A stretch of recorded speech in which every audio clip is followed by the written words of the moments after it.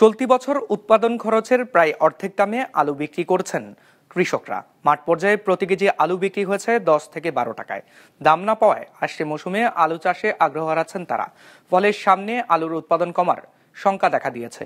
বিশ্লেষকরা বলছেন, উৎপাদন বেশি হবার বিপরীতে সরকারের দুর্বল ব্যবস্থাপনার কারণে ন্যায্য মূল্য থেকে বঞ্চিত হয়েছে কৃষক। রংপুর থেকে স্টাফ রিপোর্টার ফুয়াদ হাসানের সহযোগিতায় রঞ্জিবুল মিজানের রিপোর্ট।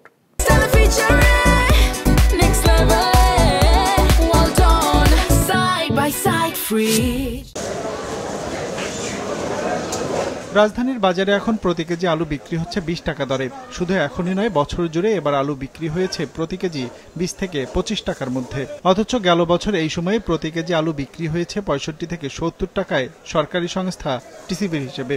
অর্থাৎ সরকারি হিসেবেই বছর ব্যবধানে পণ্যটির দাম কমেছে দ্বিগুণেরও বেশি। 20 টাকা তো আমরা যে প্রাইস সিজনের পর থেকে যে সময় কলসা বাড়িয়েছে, কলসা বাড়ির পর থেকে 25 টাকা হয়েছিল মাঝে, তারপরে 20 টাকা, তারপর 20 টাকা বেশি আমরা বেচতে পারিনি।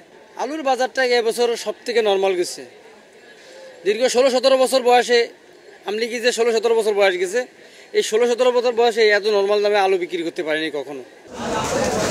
আলুর দাম কমায় নিম্ন আয়ের মানুষের উপকার হলেও ক্ষতির মুখে পড়েছেন কৃষকরা।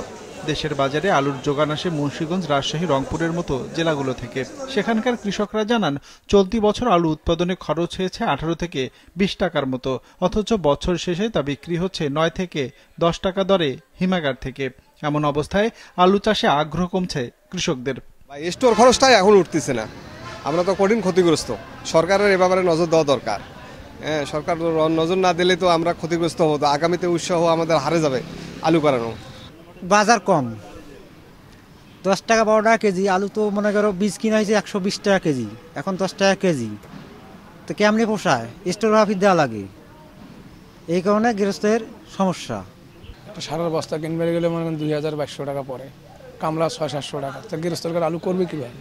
আলুর দাম যে না পারে, নিম্ন যদি 25-30 টাকা থাকতো তাহলে একটু গৃহস্থের 2-3 টাকা কেজি প্রতি চোখে দেখতো। কৃষি সম্প্রসারণ অধিদপ্তরের হিসেবে 2024-25 অর্থ বছরে 1,19 লাখ টন আলু উৎপাদন হয়েছে দেশে, যেখানে বছরের চাহিদা 90 লাখ টন। সেই হিসেবে বাড়তি উৎপাদন হয়েছে প্রায় 40 লাখ টন। বিশ্লেষকরা বলছেন, পরপর 2 বছর আলুর ভালো দাম পাওয়ায় বেশি উৎপাদনে ঝুঁকছেন কৃষক। তবে সরকারের দুর্বল ব্যবস্থাপনার কারণে ক্ষতির মুখে পড়তে হয়েছে তাদের। কৃষক তো উৎপাদন করেছে সরকারকে হ্যাপি করার জন্য, সরকারকে সাপোর্ট দেওয়ার জন্য, কিন্তু এখন সরকারের কোনো ভূমিকা নেই। আমরা মনে করি এই জায়গাটাতে আমাদের দেশে কৃষিতে বড় সমস্যা হলো যে আমাদের মিসম্যানেজমেন্ট অথবা দুর্বল ব্যবস্থাপনা, সরকারের একেবারে দুর্বল আমি বলবো। সুতরাং আমরা মনে করি সরকারের পরিকল্পনা সঠিক হওয়া উচিত। উৎপাদন কতটুকু করতে হবে, কী পরিমাণ হবে, এটা যেমন বোঝা উচিত। সেই ডাটা, তথ্য, উপাত্তগুলো সরকার থাকা উচিত। যদি কখনো বেশি উৎপাদন হয় তখন সরকারকে ব্যবস্থা নিতে হবে কিভাবে বাজারটা স্টেবল করা যায়, কৃষকরা অ্যাটলিস্ট সাপোর্টটা দেওয়া যায়। আলুর দাম না পাওয়ায় এই কৃষি পণ্যটি চাষে নিরুৎসাহিত হবে কৃষক। ফলে আগামী মৌসুমে চাহিদার বিপরীতে কমতে পারে আলুর উৎপাদন, এমনটাই মত বিশ্লেষকদের। দাম কমে গেলে কি করতে হবে সেই জায়গায় সরকার নিশ্চুপ থাকে। আমরা রঞ্জিবুল মিজান, বিজনেস রিপোর্ট, মাছরাঙ্গা টেলিভিশন।